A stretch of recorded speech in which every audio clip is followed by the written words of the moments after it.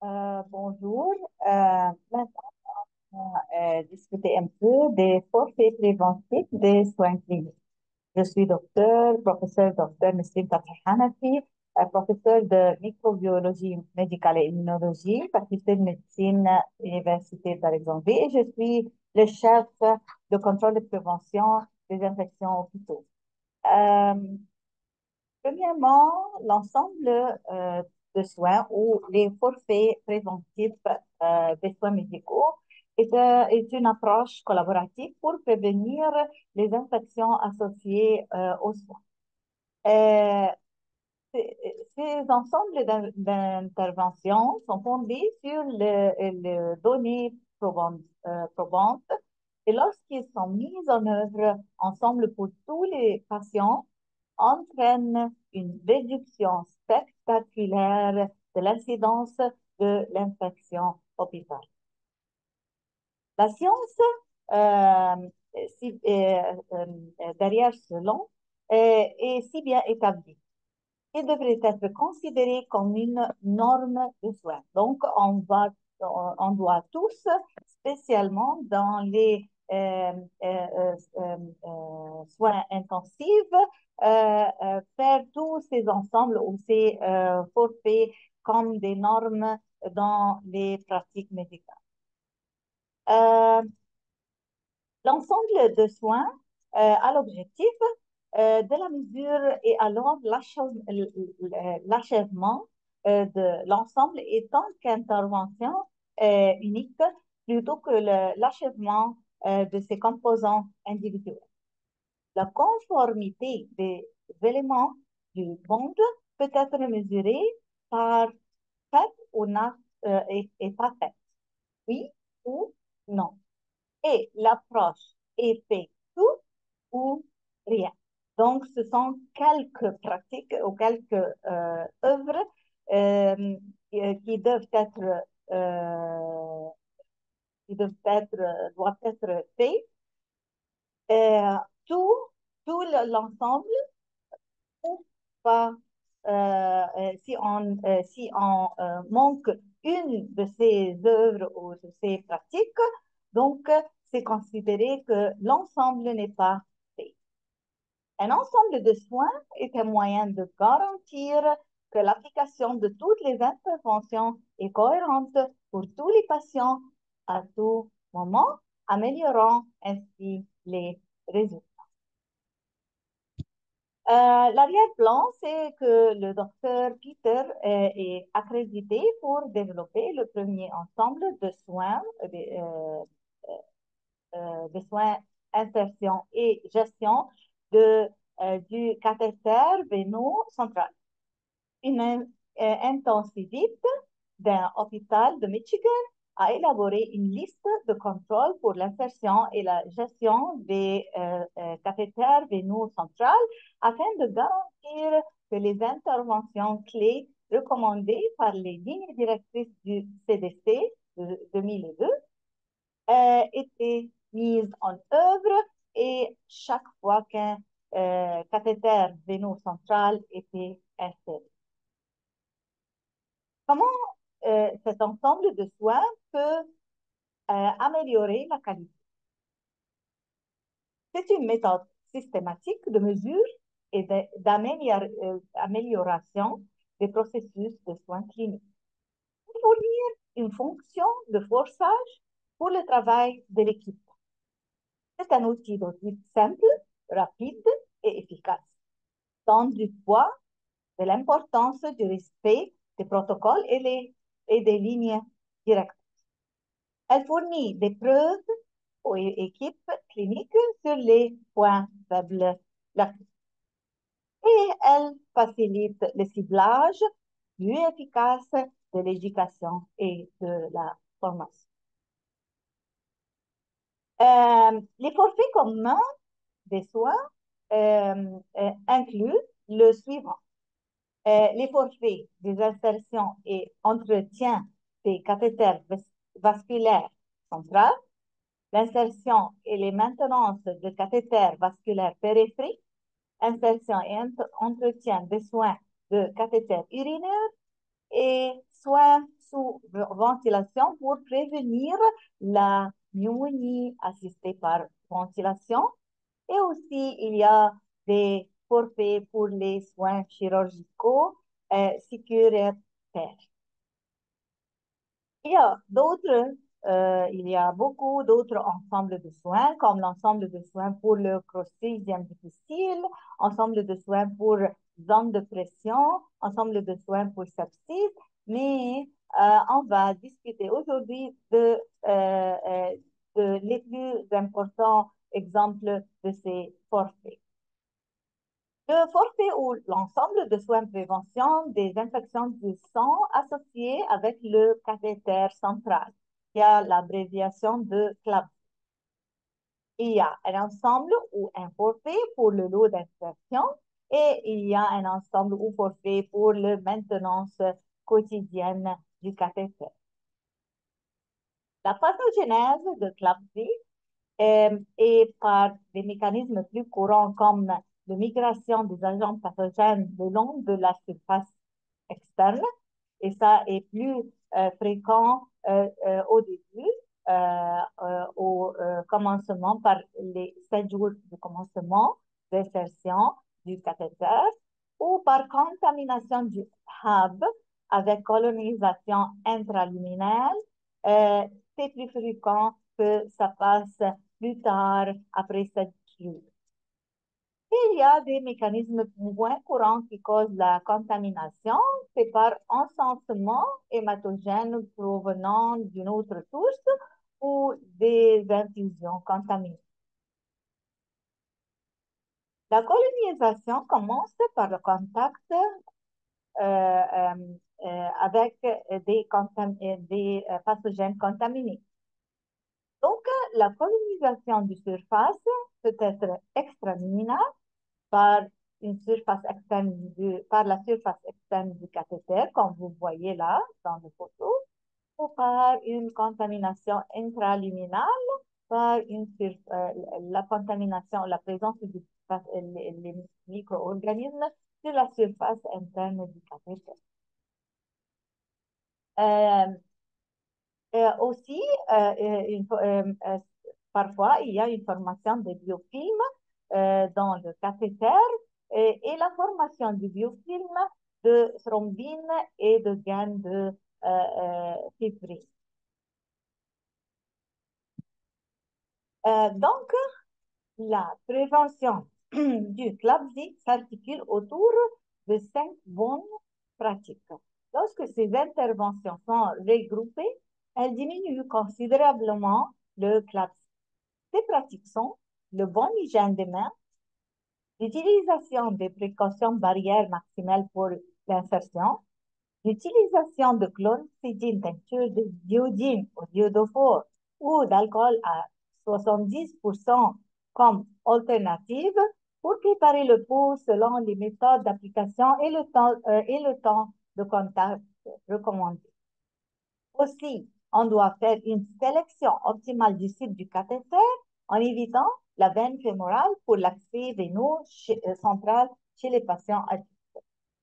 Aussi, ces pratiques incluent l'examen quotidien de la nécessité des lignes avec suppression rapide des lignes inutiles. Euh, Une des composants du forfait de l'installation du cathéter veineux central, c'est utiliser les équipements protectifs comme le chapeau, le masque, le blouse stérile, les gants stériles. Donc, pour le maintenance quotidien, aussi, on doit faire un forfait ou un ensemble de soins qui inclut le lavage des mains, effectivement effectuer les changements de pansement de routine en utilisant une technique aseptique avec des gants propres ou stériles. Échanger le pansement de gaz au moins tous jours avec des pansements semi-perméables, on peut faire le changement chaque 7 jours. Replacer immédiatement les pansements mouillés ou souillés au délogé. Équivillonner les pores avec des tampons alcoolisés ou avec l'utilisation de chlorhexidine 2% ou alcool 70% avec friction immédiatement avant chaque utilisation. Aussi, le maintenance quotidien inclut l'utilisation unique des dispositifs stériles pour accéder au cathéter. Si du sang ou des produits sanguins ou des émulsions grasses sont administrés, on doit changer la tubulure toutes les 24 heures. Si vous utilisez le cathéter pour un propofol et administrer, changez la tubulure toutes les 6 à 12 heures. L'examen quotidien nécessite et retrait anticipé. Dépistage des patients pour les signes et symptômes d'infection doit être intégré à la feuille d'objectif quotidien. Et s'il y a des signes et symptômes d'inflammation, on doit essayer de changer cette tubule. L'ensemble de soins pour cathéter vasculaire périphérique a moins de composants de cette portée ou cet ensemble. Elle se base en 3 piliers. Premièrement, on ne doit pas mettre le microbe en dedans par un contrôle quotidien pour confirmer que le cathéter périphérique est toujours nécessaire. Et on doit prendre en soin proprement. Donc ça, c'est par utiliser des pansements stériles, une hygiène des mains, avant tout contact avec le cathéter périphérique et vérifier quotidiennement l'inflammation. Sortez-les, on doit retirer cette cathéter périphérique après 72 heures ou décision clinique de laisser en place si aucun signe d'inflammation. Donc, l'ensemble d'insertions de cathéter vasculaire pour faire une sommaire, c'est par l'hygiène des mains, sélection du site d'insertion propre, utiliser chlorhexidine ou l'alcool pour préparer le pot avant l'insertion et utiliser une technique aseptique sans contact pour l'insertion et utiliser un pansement transparent stérile. S'il n'est pas disponible, utiliser un pansement de gaz stérile. Et pour faire le soin de cette cathéter périphérique, on doit examiner quotidiennement la nécessité des lignes intraveineuses et retirer-les si elles ne sont plus nécessaires. On doit garder le pansement propre et sec et changer le pansement s'il devient mouillé, sale ou desserré. On doit retirer les cathéters si le patient présente des signes de phlébite, chaleur, sensibilité, RSM, cordon veineux palpable, ou des signes d'infection ou un cathéter défectueux. On doit utiliser une technique aseptique sans contact pour les soins quotidiens et antécédents aux dispositifs et désinfecter les raccords de cathéter avec un tampon imbibé d'alcool.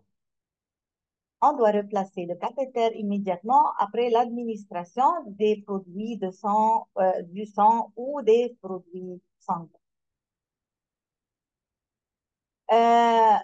On a discuté du cathéter central veineux et du cathéter veineux périphérique. Et maintenant, on va discuter de l'ensemble ou le forfait de soins des cathéters urinaires. Pour l'insertion, on doit insérer uniquement pour des raisons spécifiques. Ça ne doit pas être quelque chose de routine dans chaque hôpital d'insérer des cathéters urinaires. Débit urinaire en cas de maladie critique et obstruction de l'orifice vésical ou dysfonctionnement neurogène de la vessie, prévenir la contamination des plaies sacrées, soit terminaux ou périphéraux. L'agent de santé compète pour insérer une technique aseptique et le système doit être fermé avec une sac sous la vessie. Pour la maintenance, on a un forfait qui inclut l'examination quotidienne et nécessité pour chaque cathéter. On doit vider lorsqu'il est plein ou la plupart du sac contient de l'urine et utiliser un récipient propre pour chaque patient. On doit fixer le cathéter à la jambe et ou à l'abdomen. L'échantillon d'urine provenant du port d'échantillonnage unique. Et l'hygiène des mains et on doit faire un soin du peau avant et après tout entretien du cathéter. Concernant les ventilateurs, on a un forfait d'entretenir les ventilateurs. Premièrement, c'est le positionnement semi-allongé. C'est donc l'élévation de la tête du lit entre 30 et 45 chez l'adulte et 15 et 30 chez le nourrisson. Front-Lumberg inversé pour les patients prenant des précautions au niveau de la colonne vertébrale. Deuxièmement, c'est la sédation quotidienne, vacances. À 8 heures chaque matin, une sédation est effectuée, sauf ordre écrit indiquant qu'il y a une contre-indication existante. Troisièmement, c'est la prophylaxie de l'ulcère gastro-duodénal. Elle doit être évitée par les agents bloquants des HCl et les inhibiteurs de la pompe à protons. Sauf si vous présentez un risque élevé de développer un ulcère de stress ou une gastrite de stress. Quatrièmement, c'est la prophylaxie thrombose veineuse profonde. Il a été démontré qu'il diminue les jours de ventilation dans la population adulte. Et les appareils de compression séquentielle. L'utilisation des lits cinétiques ou thérapie de rotation latérale continue pour les patients immobilisés. Cinquièmement, ce sont les soins bucco-dentaires où on doit effectuer uniquement sur les patients inconscients ou intubés avec les dents, se brosser les dents 2 fois par jour, tamponner la bouche avec un agent antiseptique, par exemple le chlorhexidine 2%, chaque 2 à 4 heures, utiliser une dentifrice pour nettoyer la muqueuse buccale et la langue toutes les 4 heures. À la fin, un message à retenir, les points clés des offres groupées d'entretien des appareils ou des forfaits préventifs d'infection pour les appareils incluent une bonne indication, bon titre, bonne préparation cutanée, bon respect des bonnes pratiques, tout avec le propre hygiène des mains et précautions barrières. Aussi, on doit avoir une raison correcte de la continuation et la communication correcte avec l'équipe pour assurer le respect de tout ce qui précède. Merci à vous et je souhaite que la lecture est informative et pratique. Merci, Dr. Nesrine Fathi.